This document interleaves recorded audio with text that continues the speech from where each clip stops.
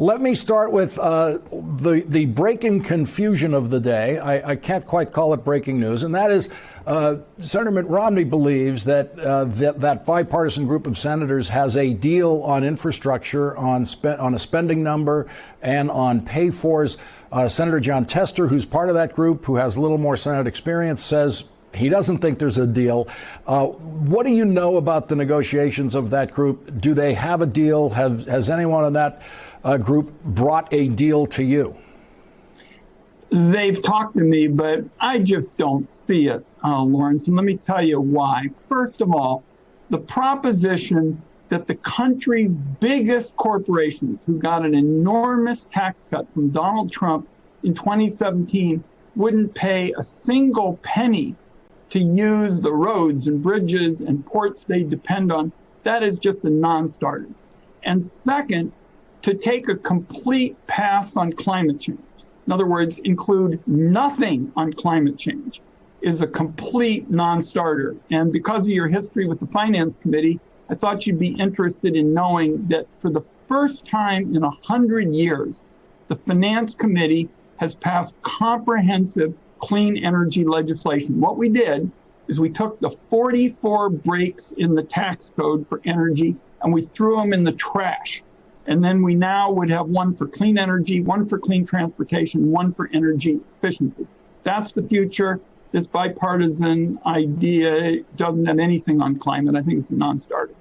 So just to finish on this bipartisan group that's been working on this, as far as you know, they have not agreed on the pay-for side of this, which would include, in the Biden proposal, an increase in the corporate tax rate.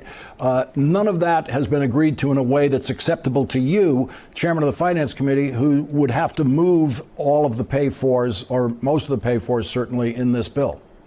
That's correct. And literally just a few minutes before you and I started talking, Lawrence, it is pretty clear that the White House won't accept it as well. We understand that the American tax code with respect to these mega corporations, both from the standpoint at home and globally, is a mess.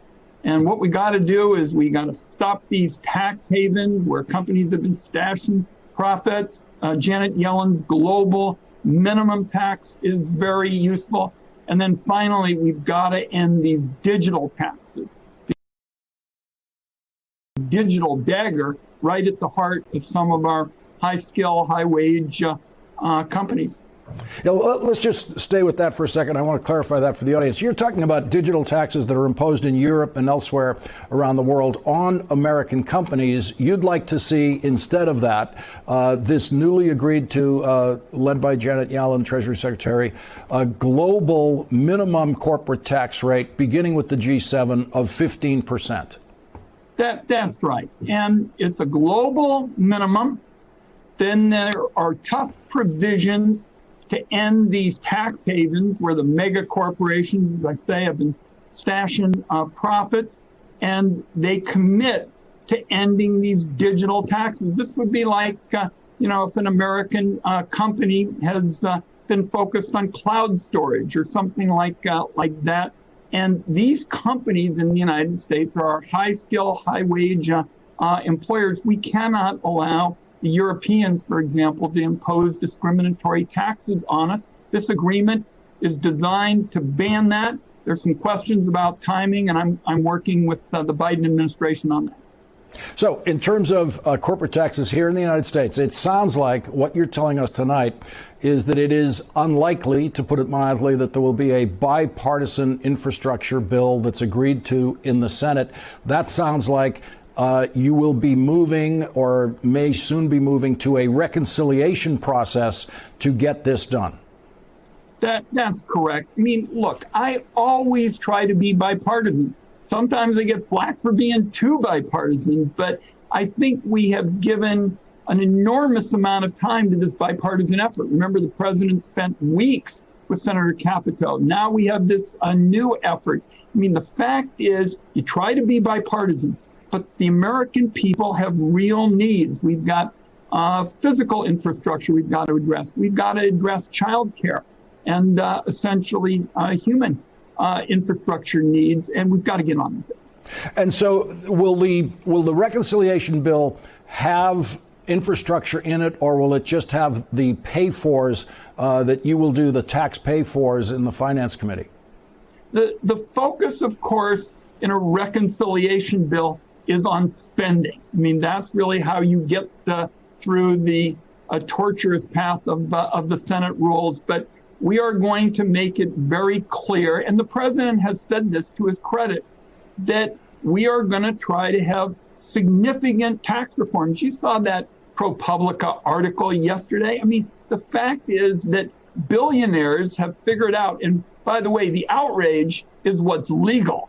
I mean, what was outlined is what's legal. We need comprehensive reforms, both as it relates to mega corporations who saw their revenue contributions go down something like 40% since the Trump tax giveaway. And we need changes, and I'll be proposing them shortly, to end the kinds of abuses that we saw in the ProPublica article.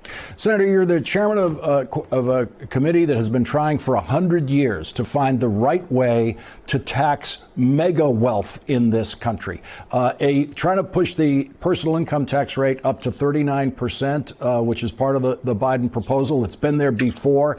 We've seen what that's capable of doing, and it has, as ProPublica reported, zero effect on the mega rich, on the billionaire level of wealth and multi-billionaire level of wealth.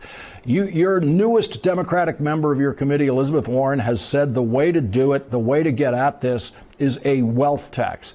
Is there a future for the wealth tax in the Senate Finance Committee?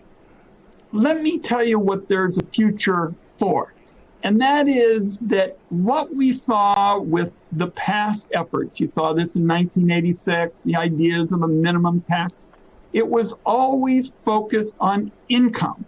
What we have seen is increasingly wealthy people don't even take a salary. In other words, they don't have income coming in. They have their money essentially in wealth. And what I have said I'm going to do, and I'll speak for myself as the chairman, is I'm going to end the double standard. Today in America, you can have a nurse in Medford, Oregon, taking care of COVID patients, and she pays taxes, or he, or my constituent pays taxes with every single paycheck. And these billionaires, these multi-billionaires, end up figuring out ways with their lawyers and accountants to pay nothing. I'm going to end that, and billionaires are going to have to pay their fair share every single year. And that is what has really changed in this debate, Lawrence. What has changed in the debate is the American people are with us on the proposition that billionaires, for example, ought to pay their fair share. Is that going to be in the reconciliation bill? I certainly, and again, I'm not going to front run my colleagues, I'm going to push this at every stage, because I think what happened this week, the American people knew that these scams were taking place. I mean, they understood how billionaires could use their lawyers and accountants in ways that they couldn't. But that stark detail is going to give us some momentum. There are a lot of people who are saying, Ron, you got to get this fixed. Now is the time. Don't miss this opportunity. Senator, before we go, just to go back to the infrastructure bill, you've taken what was a confused news landscape on this and made it a breaking news landscape, that you believe that what will happen now is you will move to a reconciliation process to get the infrastructure bill passed. That will include the Democratic pay-fors, the Biden pay-fors of a corporate tax increase and others. Is that a fair summary of where we are tonight on infrastructure? Larry, it essentially is. Hope springs eternal. Something may happen, Monday or Tuesday, where people say, let's see if we can find some common ground. But the common ground has got to involve these mega corporations paying their fair share for infrastructure they use. Republicans have said no to that, and it's got to involve a real commitment to climate reform, and that includes action like the historic changes that have come out of the Finance Committee.